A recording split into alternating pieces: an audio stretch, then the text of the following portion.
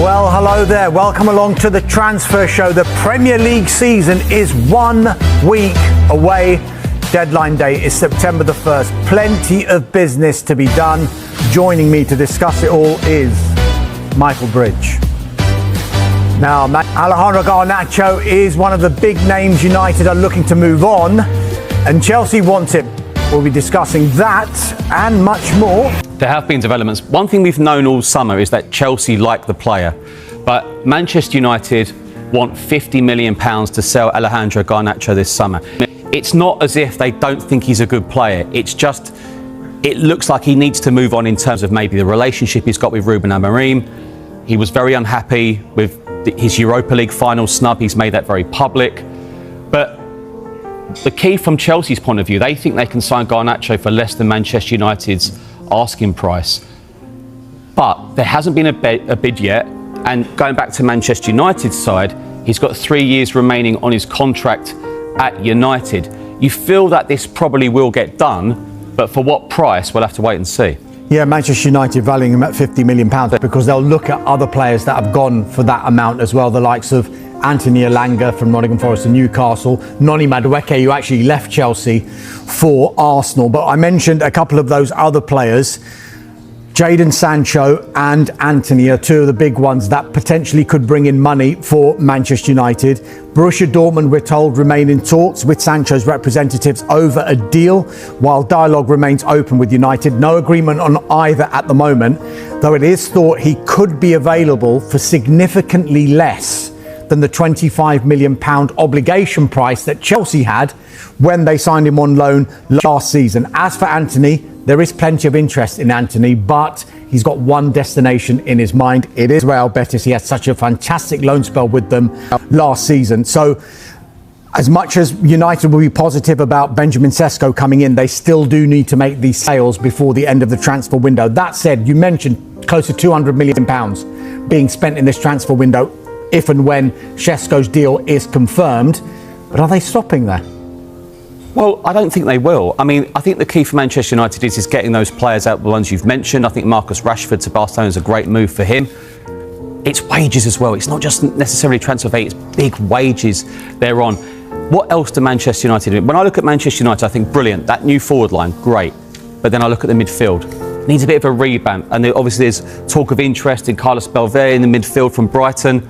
We know, as you've mentioned, interest in Donnarumma from PSG. We'll wait and see if that happens. I think that would be an upgrade on Onana. I'm sure that would be as well. So they still need to do business, Manchester United. However, you look at so many clubs and you think, are we ready for the start of the Premier League season? You'd say probably 18, 19 will say no, but are you ready for day one? They'll say, let's give it a go. You say, let's give it a go. You talk about Belieber. I mean, there's one thing being interested in Carlos Belieber, but Brighton are fantastic sellers and they do not want to sell. They insist he's not for sale. He's still got 3 years left on his contract. He's got the option of a further year. Brighton are under no pressure at all to sell Carlos Belieber, but it is clear that Manchester United are not done in this transfer window. We'll be talking about United a little bit later on in the show, I'm sure, but another big story that is emerging this evening is concerning Chelsea. We've been speaking about Chelsea's pursuit of Alejandro Garnacho. They are looking to make a number of sales in this transfer window as well. Now, the man behind us here, Nicholas Jackson, lots of talk about Nicholas Jackson in this transfer window. He has now told Chelsea that he wants to explore his options outside of Chelsea. So he wants to look at other clubs and whether there is interest in him, of which there is a lot. Chelsea are playing Bayer Leverkusen as we speak in a pre-season friendly. It kicked off at 7 o'clock.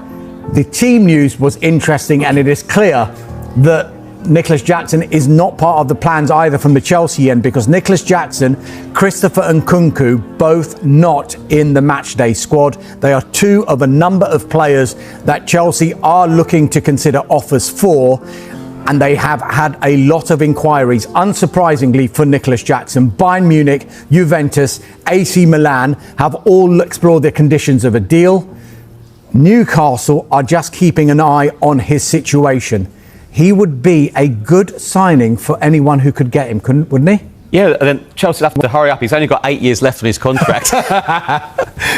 Look, this is the model Chelsea have done, you know, and it's working for Chelsea. You know, they've had a great few months, so it's an interesting one because Chelsea have a lot of games next season. Of course, they're back in the Champions League. They've gone from Conference League to Champions League. They see themselves as a Champions League club, rightly so. They've just won the World Club Cup, and they'll value him highly. So, yeah, I think that'll go on for quite a bit of time, Nicholas Jackson, because he's got interest, as you've said. Antony transfer saga explodes. Benfica crash the party as Man United demand mega fee. The Antony transfer soap opera has just taken a dramatic new twist, and it's one every football fan will be watching. Manchester United's £86 million Brazilian signing has been living on borrowed time at Old Trafford ever since Ruben Amorim took over earlier this year, struggling to slot into the new boss's high press system and failing to shine in either the fullback or 10 roles. Antony quickly became surplus to requirements. January brought a lifeline. Loaned out to Real Betis, the winger rediscovered his spark, equaling his entire Premier League assist tally in just a few months.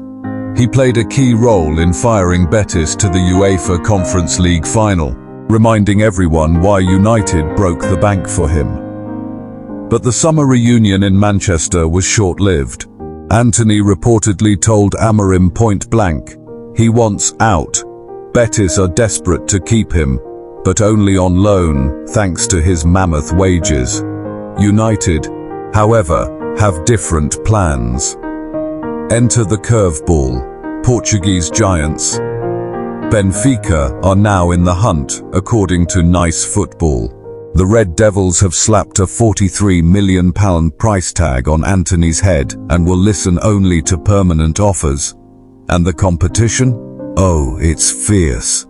Is United ditching their youth-first vision for a proven goal-scoring warrior? Could this be the end of the Šeško dream before it even takes flight? Or is this a cunning ploy by Amorim playing 4D chess in the transfer market? The stakes are sky high and the Premier League is holding its breath. Will Watkins' arrival ignite Old Trafford's revival, or will United stick with their long-term gamble on Šeško's untapped potential? One thing's certain, this transfer saga is about to explode and the fallout could reshape the league.